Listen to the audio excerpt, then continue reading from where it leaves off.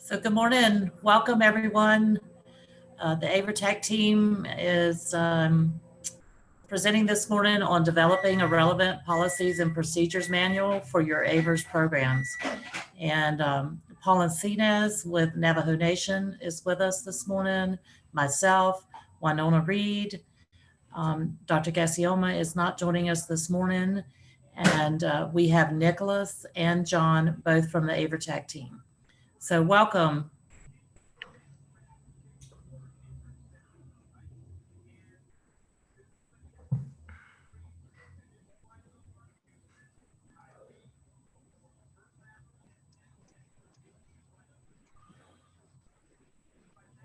You want to go on to the next slide, Nona?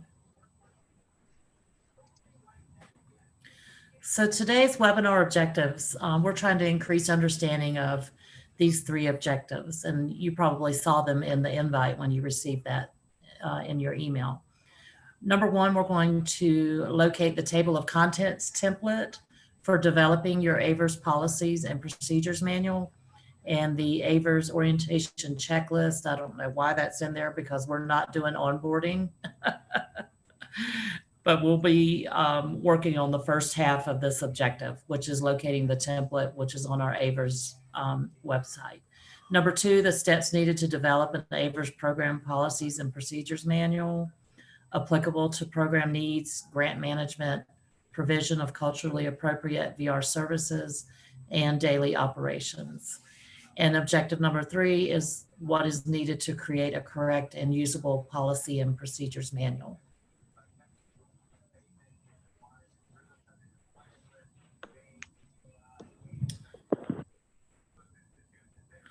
And first of all, we want to start out by letting you know where you can locate the table of contents template for developing your AVERS program policy and procedures manual. If you go to our website, AverTech, it's down there in the yellow highlighted portion, avertech.org, and then go to the resources page. And the easy way to find it is just to go to the search box right there on our homepage and type in policies and procedures, and it'll pop up the link for the template. And this is a generic template, and it just gives you a guideline for your table of contents and how to start your policy and procedures manual. I'd like to add to that's about the template that's very useful is that if you look on the side where it says table of contents, everything that is underlined is actually a hyperlink. So if you just hover over it, you can click on that and it takes you straight to the location on the internet for that particular rule or regulation or CFR. And that's really handy when you're trying to develop it.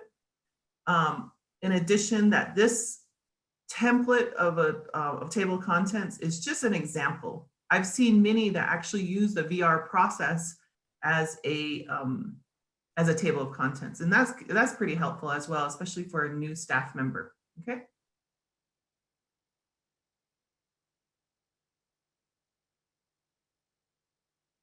I can't hear you, Jamie.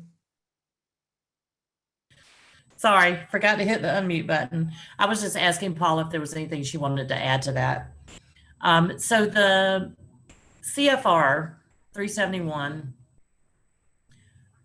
talks about the areas, the requirements for your policy and procedures. And so you must develop policies in accordance with the following provisions. Number one, authorization services. Number two, payment for services. Number three, duration of services. And number four, authorization of services. And we were just having a discussion amongst ourselves about this prior to the webinar. Paula, do you want to add, or Winona, anything to this particular slide? Sure, this is Paula. And Winona said what I was going to say about the last slide, which was, that's just a template for policies and procedure, but we find it to, if we follow the VR process from outreach and referral to closure, that really helps in providing orientation to new staff. This particular slide, we really want to emphasize that when you look at services, you want to also look at your resources for providing those services. You know, we don't have an infinite amount of funding in our client service budget. So it makes sense, for example, like on Navajo Nation, we have 2 tribal colleges, Navajo Technical University and Diné College. And so we're going to look at what those tribal colleges have to offer, because they provide services on the Navajo Nation. And when we look at payment of services, we're going to be looking at, again, guiding clients towards on-reservation services. Those 2 tribal colleges, for example, have a lot of support for clients, a lot of support for students.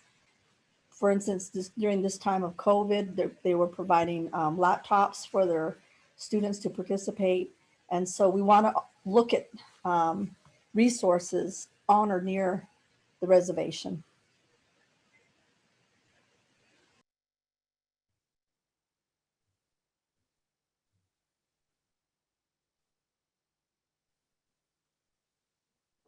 Is this what you already talked about?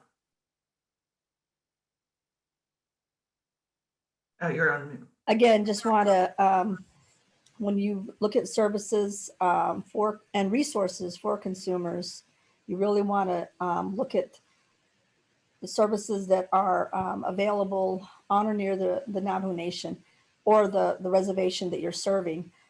So, for example, there's also other community colleges that might be available for clients to attend. And so if those costs are higher than something you would pay, the tuition that you would pay at Diné College or NTU, for example, a tribally controlled college, then your policies may want to reflect that the program is only responsible for the tuition expenses and the expenses at that out-of-state college, for example, or driving school, or trade school. The program is only responsible for those services up to that amount that you would pay for on-reservation services. I don't know if you have anything to add regarding that, Winona. No. Does anyone have any questions out there? If not, you can put it in the chat and we'll respond to it as we go along. It may seem like that we're going through this PowerPoint fairly quickly, and we are, because we want to get to the breakout sessions so that we can discuss it in our groups.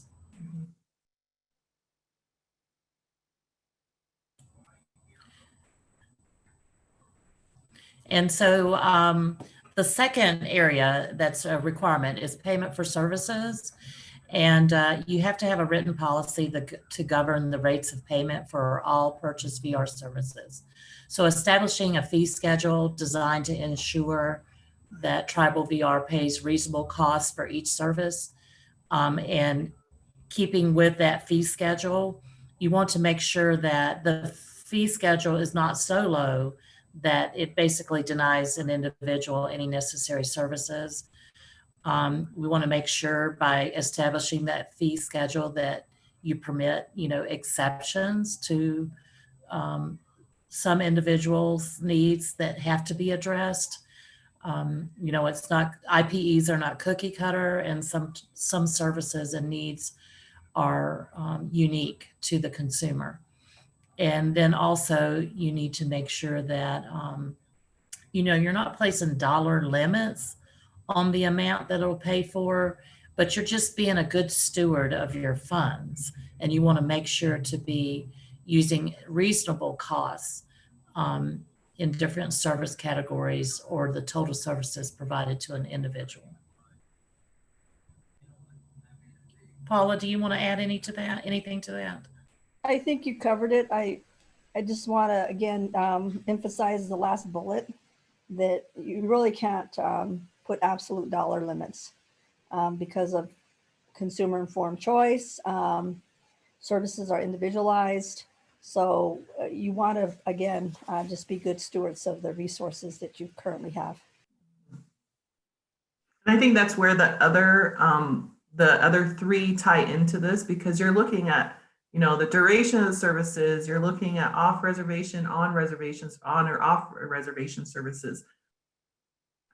So the third one is duration of services.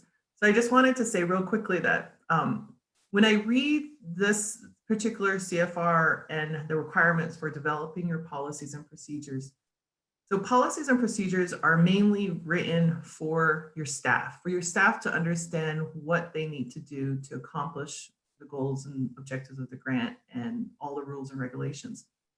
But oftentimes these are written for the outside offices. For example, if you're a procurement office or your grants and contracts office or your purchasing department have questions, you have clearly written out what your policies and procedures are when you're talking about providing services to consumers. So some of this will answer a lot of the questions that you have, that you may receive from other offices when they're making decisions for your program or having to approve certain parts of your, procurement and purchasing and stuff. So the third one is duration of services. And this one is, you want some clear definitions of how you're providing services. Of course, you have those ones that have to do with determining eligibility and development of IPE and closure and post-employment services and all that kind of stuff. So you're going to have that information in here. But you're also going to talk about how long, a lot of times people say, oh, how are you providing services to this person for 4 years? Well, there really isn't a limit per se on services, but you're developing a plan. So you're going to have those, beginning and end dates for providing services. So you just want to have it clearly written out. And especially if someone on the outside is questioning how long someone might be participating in your program, there really isn't a determination for that, okay? It's individualized. The fourth one is authorization of services. Who is making the determination for those services? Of course, it's going to be your VR counselor, and you have to clearly say that in your policies and procedures. But there may be another level where it goes to the director, and the director has maybe a certain line, like a certain amount of money. Some programs have it, anything above $500 spent on a certain service, the director, or even 1,000 or 3,000. Then where does it go from there? It has to go somewhere else. And how long is that? So we go back to number 3, the duration of services. So how long is it going to sit in purchasing for someone to approve a purchase for some work boots that someone may need today, So I've seen programs that are able to walk into purchasing and get it done just like that, on the spot. And then I've seen some programs that it's 24-hour wait. And I've seen some programs that takes 5 days. Okay, it's critical that this person needs work boots to do their job on a construction site or whatever, to be long, to get their job long term. So some of those things is like, who's authorizing those kind of, critical moments? Those need to be clearly laid out in your policies and procedures. Again, you want to have checks and balances that in your process, because you're only providing and paying for services that are obviously allowable under an IPE. And so having those checks and balances is very important.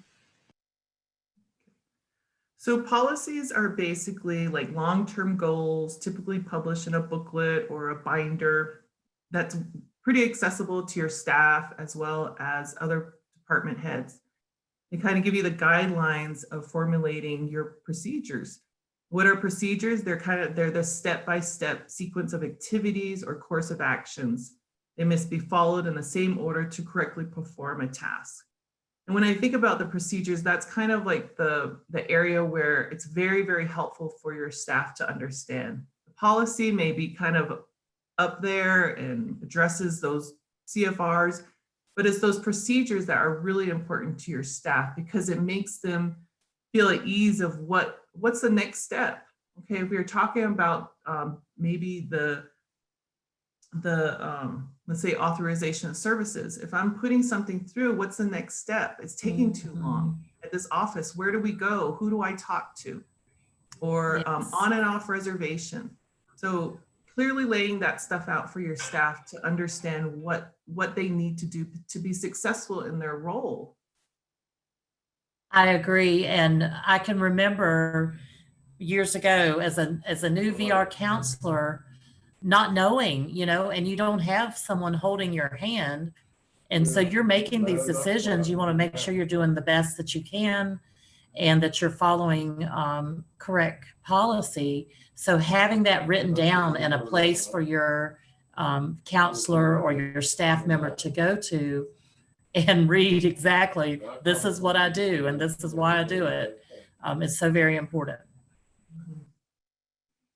So we're running really quickly. We're trying to get into those breakout sessions because we want you guys to develop some policies and procedures in these groups. It's going to hopefully be fun for you guys and you can walk away with something. So where do you start when you have when you're maybe a new director or you've inherited some policies and procedures that haven't been updated in a long time? And I've seen that a lot. And that's okay because policies and procedures are hard to write and they're hard to update and they're kind of tedious, and you get into the groove of providing services and that's the last thing on your to-do list. But it's important. The policies and procedures are really, really important. And lately I've been reading some really good ones, and so I'm happy to see that. But look back at what's in your current policies and procedures. And right now with COVID, this pandemic, it's a perfect time to update those policies and procedures, to look at what is happening right now and how can you update those policies and procedures to make them more reader friendly, to make sure that ask yourself, where is it confusing? And then there's parts of it that can be updated, especially with the WIOA.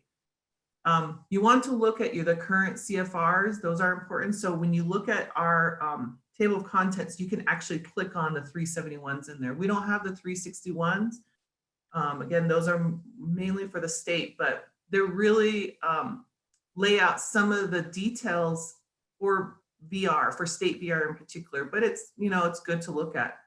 Also in Northwest Indian College's booklet that they sent out, they do mention the 361 throughout that book.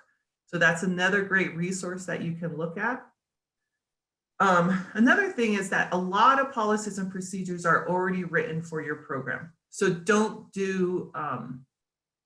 make it hard for yourself, because your tribe has probably already developed a plan, especially during this pandemic, of how do you stagger work schedules? How do you, if you're back in the office, how do you manage lunch and break room activity? The cleaning of your office, the management of a sick employee, that kind of stuff. So if it's very particular to, especially COVID, your tribe probably already has that established. So don't redo that for your program. It's just too much. But you can use also the model that your tribe is using in their policies and procedures. And some tribes probably make that a requirement anyway. Seek out the other programs in your state. And seek out the AVERS family. A lot of programs have some really good examples out there that you can use to model your policies and procedures. And today's activity is kind of doing that. We're going to come together, we're going to split up in 2 groups, and we're going to kind of draft up some policies and procedures in a short period of time, like in 20 minutes. And I believe with the people here on this webinar, we can do that. In addition, there's something else I was going to say. I forgot, but I will move on. I'll remember it later.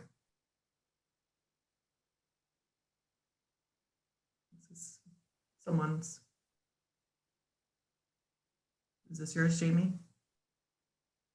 Okay, sorry. I was trying to post over in the chat what the group breakout rooms were going to look like.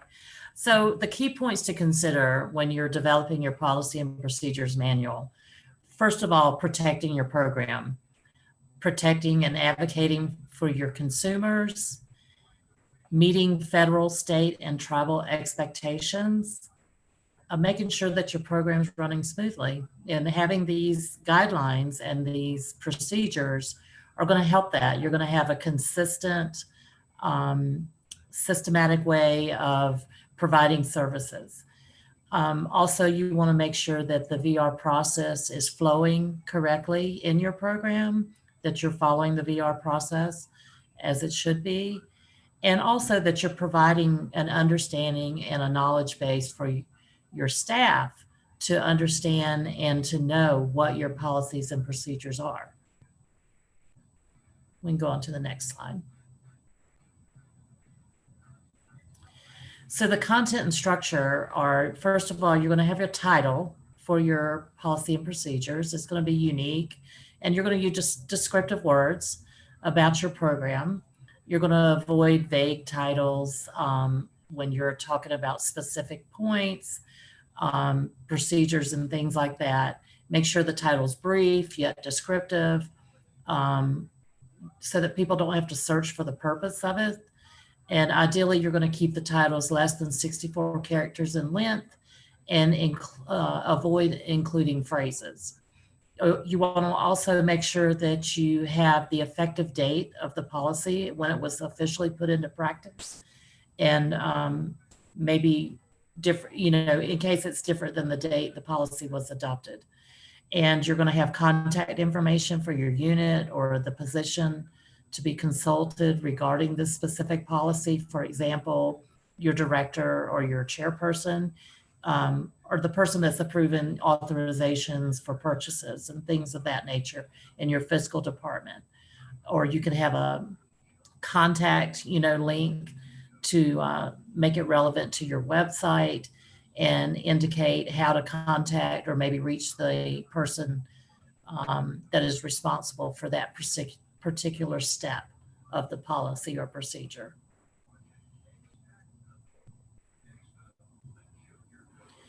And I'm not sure what this is. I think this may have been a sample, just a template maybe for if you're updating a policy or you're changing a policy, you want to make sure you have something in writing. And I think this was just an example of a very easy template for adopting new policy or changing specific policy. Mm-hmm. And then also in your content and structure of your policy and procedure manual, you want to have an introduction about the policy's purpose.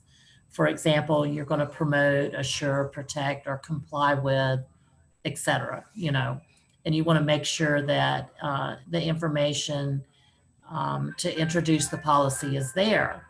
If it's applicable, any authoritative basis for the policy, like legislation or state law or even tribal law.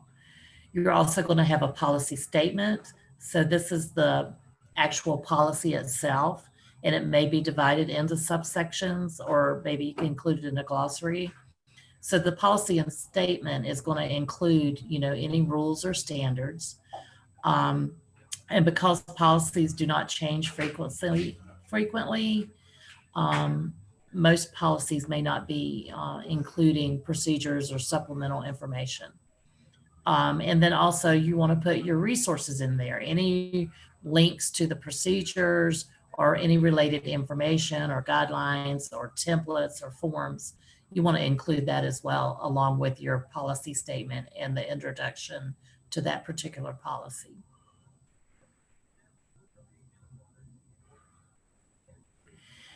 And then we want to keep in mind also the length. So policies can be very long and there are some advantages and some disadvantages to having a short and a long policy.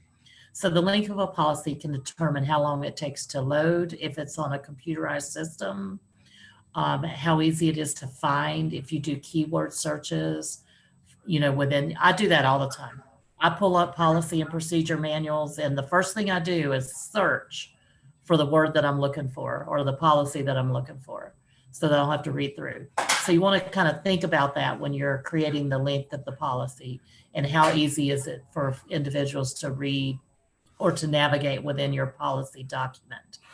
And as a general rule, the shorter the policy is, the easier it is for users to retrieve that information. So just kind of keep that in mind when you're writing.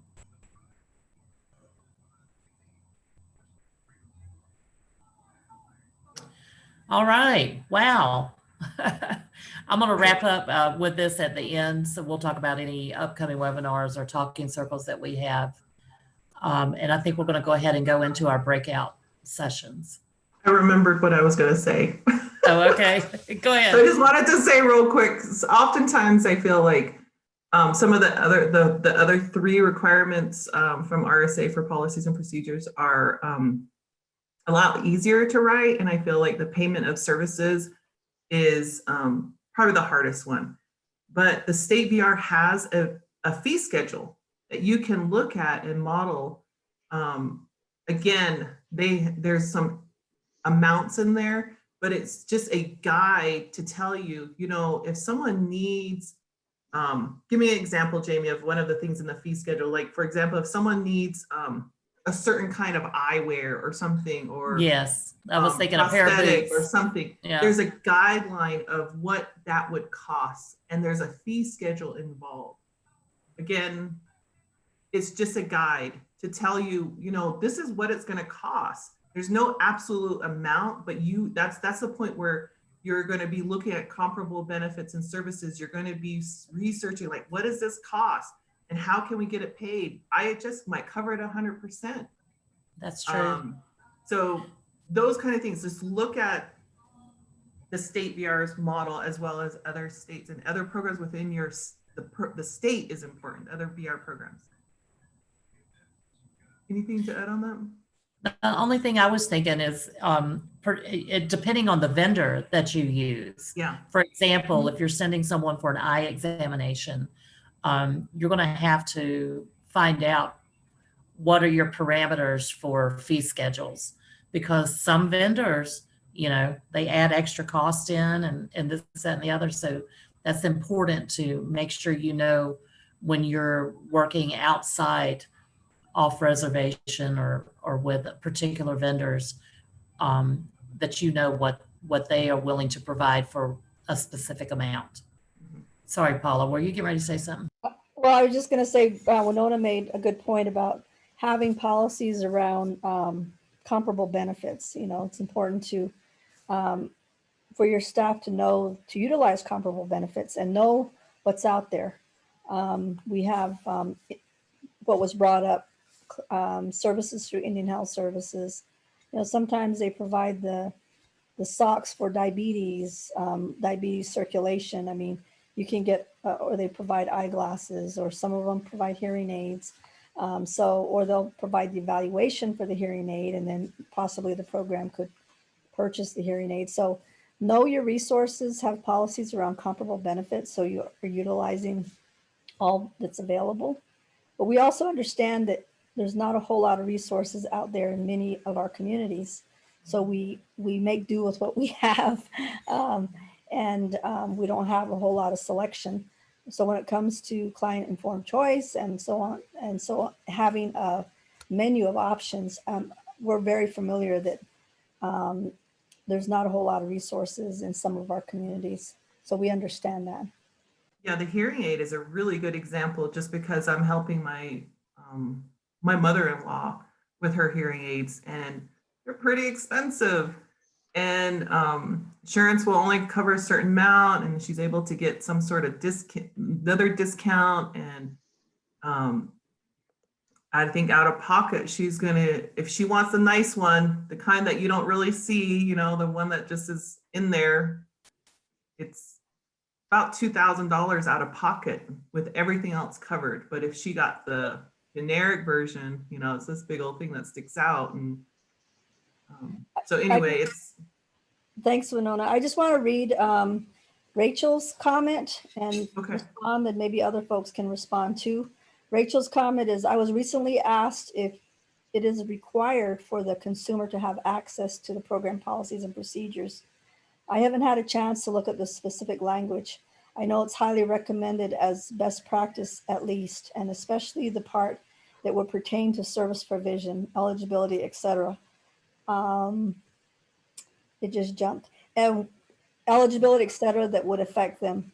But I couldn't recall at the moment if it is specifically stated in regs that it's required for them to have access. The state of Oklahoma provides one hearing aid for elders, even if they are not on a DRS, even if they're not a DRS participant in terms of going to work, etc. I wonder if Arizona does too.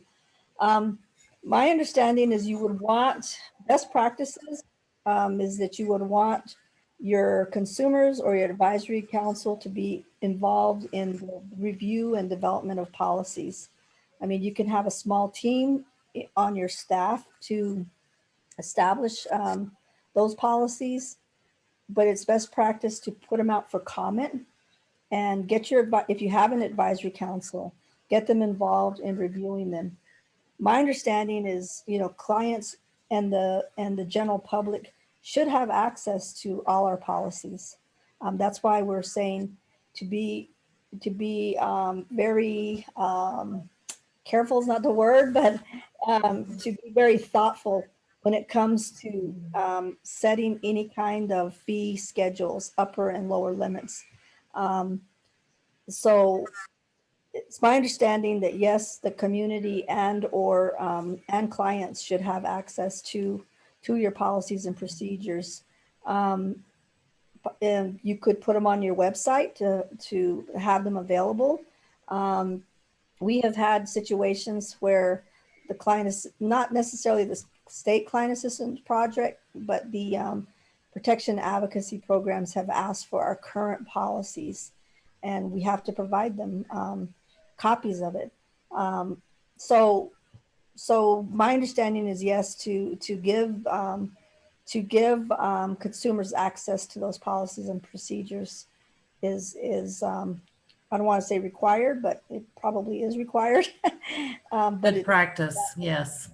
I would say it's best practice that it's readily available on a website or something, but the requirement is that there should be some sort of consumer involvement or some form of a person with a disability, the disability community involved in that development of policies and procedures, and that they're fully aware. For example, I'll give you a great example. Timothy from Cheyenne, Arapahoe, he puts a full page ad in the tribal newspaper. And I think it's once or twice a year he has in the community center, a gym, says, if anyone has any feedback, public comments on our policies and procedures, today is the date. Here's the policies and procedures. You guys have this available time to comment on it. And I think it's a wonderful opportunity for the community to listen in, to see. And I think making it in the way, your policies and procedures, that you can explain it in layman's term. Some of this stuff may not make sense to the community, may not make sense to a person with a disability, but if you explain it in layman's term, and if you're having a difficult time explaining it in layman's term, that's, I think, where a problem is. You need to understand what you are writing and how to explain it. I agree. Okay. And so Go ahead, we're going to Paula. have to move on, or we're going to run out of time and not. Paula, did you want to say something real quick about that? I was just going to say that Jamie, you put the questions in the chat, but it looks like a lot of people are on the phone. Okay. Rachel had said, is it required or just best practice? I answered that. Yeah. And I've said, I've never seen a regulation that states that it's required per se, but I certainly feel like that your consumer should be allowed access to your policy and procedures. And most state VR programs have their policy and procedure on the webs, just like Winona suggested. Okay, you guys, we're going to quickly go into our breakout session. Some of you participated a few months ago in a policy procedure section where I asked you guys to develop policies and procedures on how to make fry bread. So we're going to follow that same way, but this time we're actually going to practice this, okay? Jamie has put in the chat 2 that we're going to cover. Depending on which one you are in, you can choose. Where is it at? The first one, I'm going to put it in here again, okay? Can you guys see that?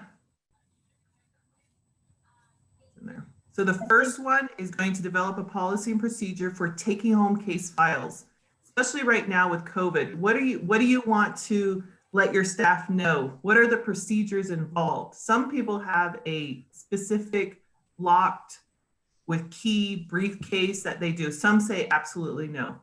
The second one is determination of eligibility and ineligibility. So some of you guys might already have this. So look at what you have, formulate something, and then the second thing is I want a lead person to present this in 10 minutes, okay?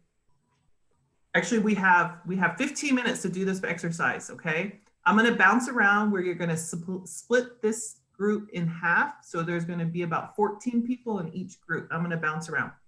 Okay, So go great. right ahead, Don. All right, here we go. We're going to come back at 10:55. Yes. Here we go.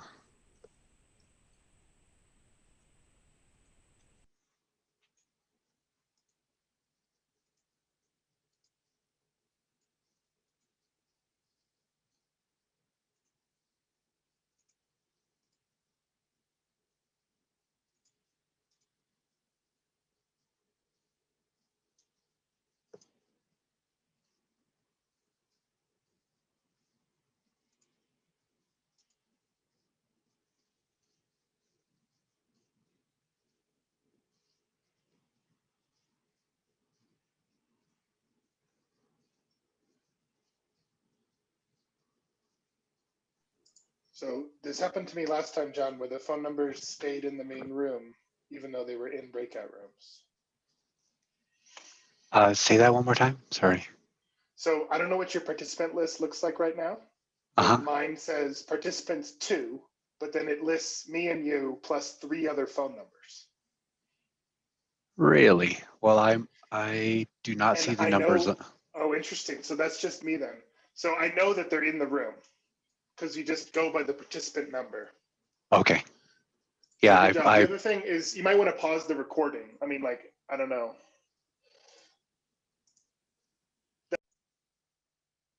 Oh, can't hear you, Jamie. Go ahead. I said, I don't know how I ended up back in the main room, but I did. Awesome. We have 27 seconds for all breakout rooms to close. Okay. You know what it was? I received there's something popped up and it said, are you going to return to the main? And I clicked on it and it jumped me out, but that's all right. Oh, we should see everyone populate in 3, 2, 1. Okay. Here we go.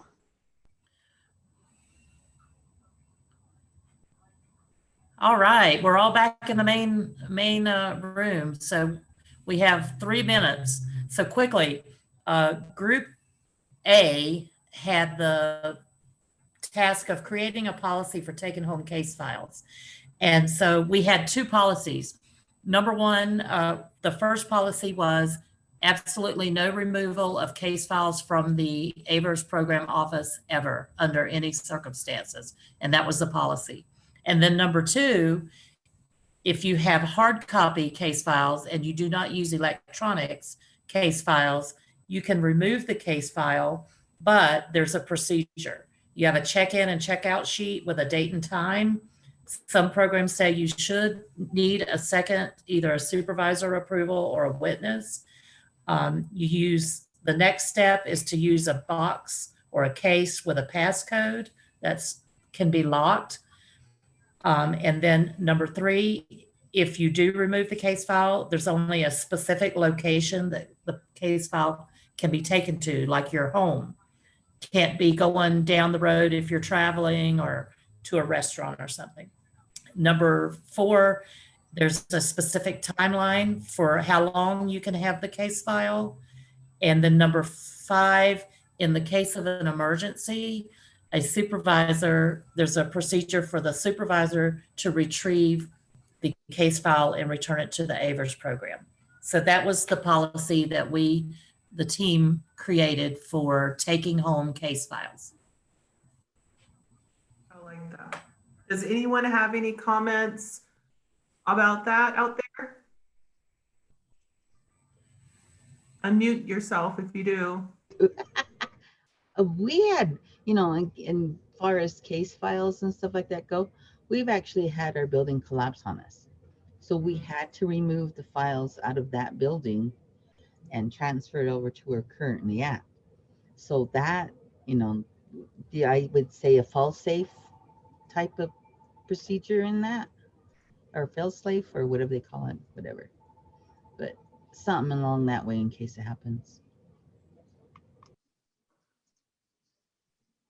Very good. Group A, we have 2. And maybe when we send out the follow-up email with the survey and this presentation, we can send out maybe a little bullet of that, okay? That was great. Okay, next, Group B.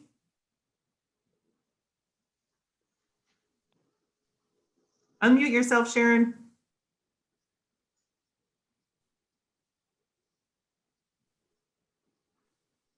Oh, unmute yourself.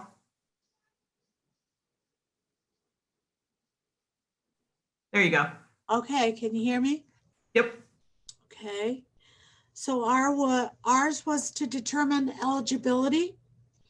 So you had to be part of a federally recognized tribe, live within the boundaries of the service center, establish residency that is current, have a documented disability, have an impediment to employment, and to want to work. That's as far as I got.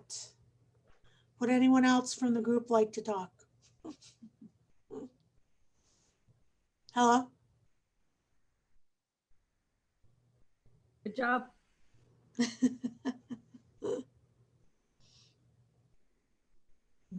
Anyone else have anything out there? It is, I think that when you're developing policies and procedures, it's not, you know, don't make it a lonely process. As you can see, just in breaking out in these 2 groups, it's important to have those discussions and talk it through and talk about those what ifs, and to develop a work group. You can, you know, make it really simple like the first group did. Is like, absolutely no way in no time will you be removing these files out of the office. So, all right, I got this. Oh, so don't make it a lonely process. Include your staff, include other people. We're running out of time because we want you guys to participate in the Northwest Indian College Coffee Talk as well. Mm-hmm. We have an upcoming webinar that's going to be really good on December 2nd, which is the Consumer Informed Choice. You'll receive that email. If you are not on our email listserv, please contact us and we can add you. We're also going to have another talking circle on developing policies and procedures, and maybe talking about consumer informed choice in particular. Another thing that is really, really important is tomorrow's event, the VR 100 celebration that is on AVERS programs. It's about a 2-hour-long event. I was able to look at kind of the whole presentation. It's a beautiful event. I feel like it represents, we were not able to represent all tribal VR programs, but we were able to kind of have a vast array of programs and success stories and collaboration and, you know, everything that is good about tribal VR. So I hope that you have registered for that event tomorrow. We are going to send out another notice about that. If you have not received it or registered, please do. I think we're going to be over 500 people that are going to participate. throughout the country. So please log on. This is the first time that this is happening. And thank you for being here. Jamie and Paula, do you guys have anything to say? This is Paula. No, thank you for everybody's work. In the talking circle, it would be interesting to look at policies around incarcerated individuals and how policies are developed around, that transition process. And I think it was Sharon that shared that they do have, they're working with hard to serve populations. And so Yeah. I'd be interested in those policies. Thank you. Oh, okay. Thanks, and we're going to wrap up real quick. The survey link is in the chat box. Please, please, please complete our survey if you can, because this gives us a lot of feedback on how to better our presentations, and we just love to hear from you guys. So thanks, everyone. Okay. See you over in the coffee break. Meredith, if you can't find it, please email me at this email address that I'm putting in the chat, and I can send you the link so you can register. Okay. Bye, everyone. Have a wonderful Bye. day, everyone. Bye. Yes, bye. We'll see you later. And then can I get the email sent to me for that webinar tomorrow? Yes, who is this? This is Joanna with the Nez Perce Tribe. I'm sorry. Okay, Joanna. I'm not understanding why I register, so I'm not understanding why my name doesn't show up. It's because you're calling from your phone, looks like. Ah, okay. Okay, Joanna Merrick, is that correct? Yes, M-A-R-E-K. You're Yep. you're related to my friend, Cece. Oh, Right? that is my niece. Yes. Yeah, she's a Winona, very I good thought friend I of mine. recognized you from pictures. Yeah, she's a really I'm good like, friend. I know that young lady. Yep, that's Cecilia's my niece. Oh, okay, yeah. Aura is doing a wonderful job here at NAU. She's actually Oh, I'm on so proud of she's actually on our NAU president's search committee, which is pretty big to have one of our Native people on campus on that search committee. Oh, I'm so proud of her. Oh Yeah, my she's goodness. really- Mhm. So Aura works, she's the she runs the Native American Cultural Center on our campus. Mhm. Oh, dang. Okay. So I will email We'll that have to you get as together well. and talk sometime there, Miss Winona. Okay. Yep. And then I will send that to you right now. Are you on our mailing Thank you list? so much. Are you on our mailing list? I am. I do receive the notices, Winona, but the ones to the coffee breaks and all, for some reason, I've been dropped from them. Yeah, Coffee the, breaks would be TBR. yeah, the TVR Institute. We don't send those ones out. Okay, thank you. Okay. You guys have a great day.